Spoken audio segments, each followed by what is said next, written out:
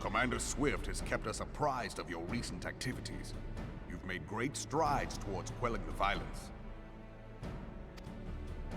Despite our best efforts to determine what provoked this uprising, the truth continues to elude us. Have you uncovered aught which might shed some light on the mystery?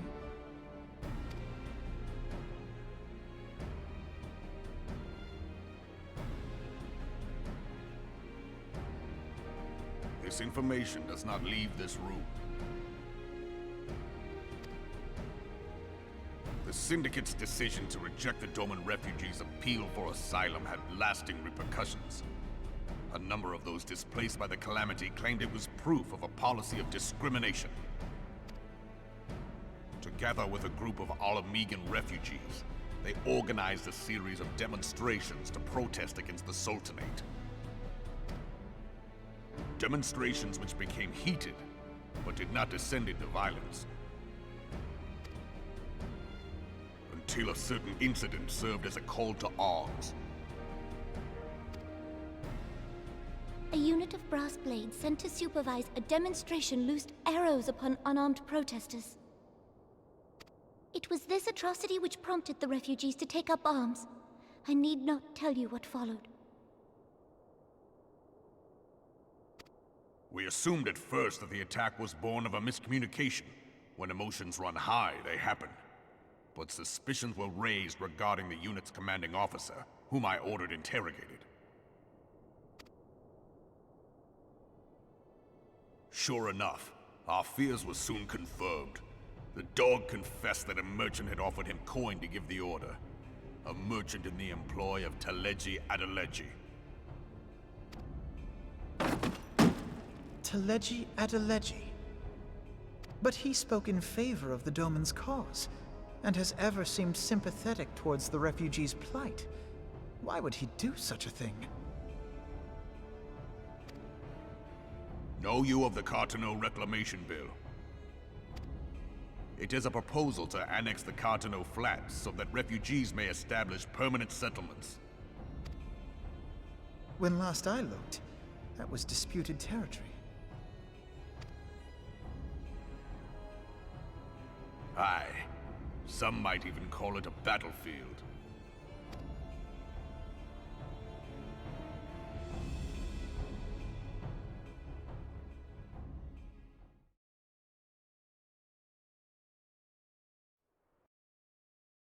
The destruction wrought by Bahamut was greatest at the Cartano Flats. That much is common knowledge. What is less well known is that his rampage laid bare ancient Alagon ruins, of which no record existed. There are certain differences of opinion as to how these ruins should be handled, which is why each nation maintains a military presence in the region to this day. Yet differ though we may, we are still allies. Therefore, in the interest of preserving the Eorzean alliance, we have reached an agreement. Any conflict which may arise during the course of military exercises in the region shall have no bearing on relations between our nations. In full knowledge of this delicate state of affairs, Teleji Adeleji proposed the Cartano Reclamation Bill. A shameless bloody ruse which stands to benefit him in but one conceivable way. If successful, he will gain control over the disputed territory under the guise of assisting in the resettlement effort. And you can be sure he'll build an orphanage next to every Allagan ruin.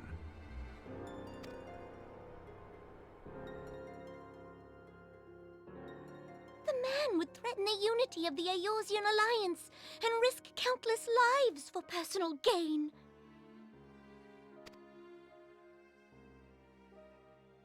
He walks a path all his own, independent of any faction and beholden to none of his fellows on the Syndicate. By inciting the less fortunate to violence, he hopes to convince others that the Cartano Reclamation Bill is the only viable solution. His sympathy for the plight of the Domans was not but posturing to gain credibility with the refugees. Of that there can be no doubt.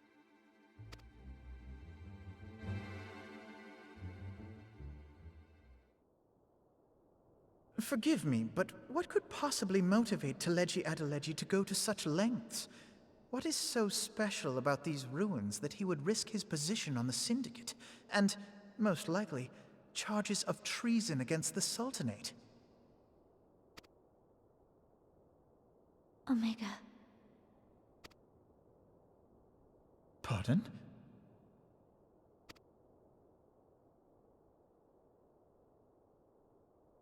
An Allagan monstrosity, not unlike the Ultima weapon.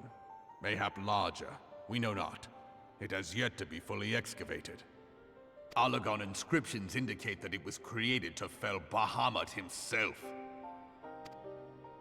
If accurate, it might explain why Nail Van Darnus chose to bring the Red Moon down upon the Cartano Flats. Given the ends he went to ensure Eorzea's annihilation, destroying the one weapon which could stay the Elder Primal may well have seemed like good sense. When first I bore witness to the power of the Ultima weapon, I doubted the evidence of my senses. And now you tell me there is another such weapon. One which could contend with Bahamut. Bahamut! Aye, we were skeptical ourselves. Truth be told, until the Ultima weapon's existence came to light, we thought the inscription had been mistranslated. At present, Omega is more akin to a fossil than a tool of war, having long since ceased to function. As such, its true potential cannot accurately be gauged. However, if someone were to restore it, as the Garleans did the Ultima weapon, I have little doubt that he would wield untold power. Power enough to subjugate Uldar like as not, and the rest of Eorzea besides, which is doubtless why Teleji Adeleji yearns to have it. That he should aspire to world domination. He who has ever walked 2 paces behind Lord Lolorito in matters of commerce. 'Tis in acknowledgement of his own limitations that he seeks this power. Woe betide us all should we allow him to have it.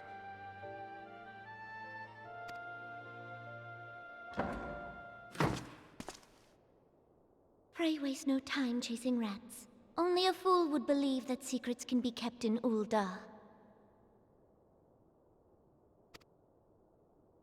It would seem the implications of the Sultanate's refugee problem are rather more far-reaching than we assumed.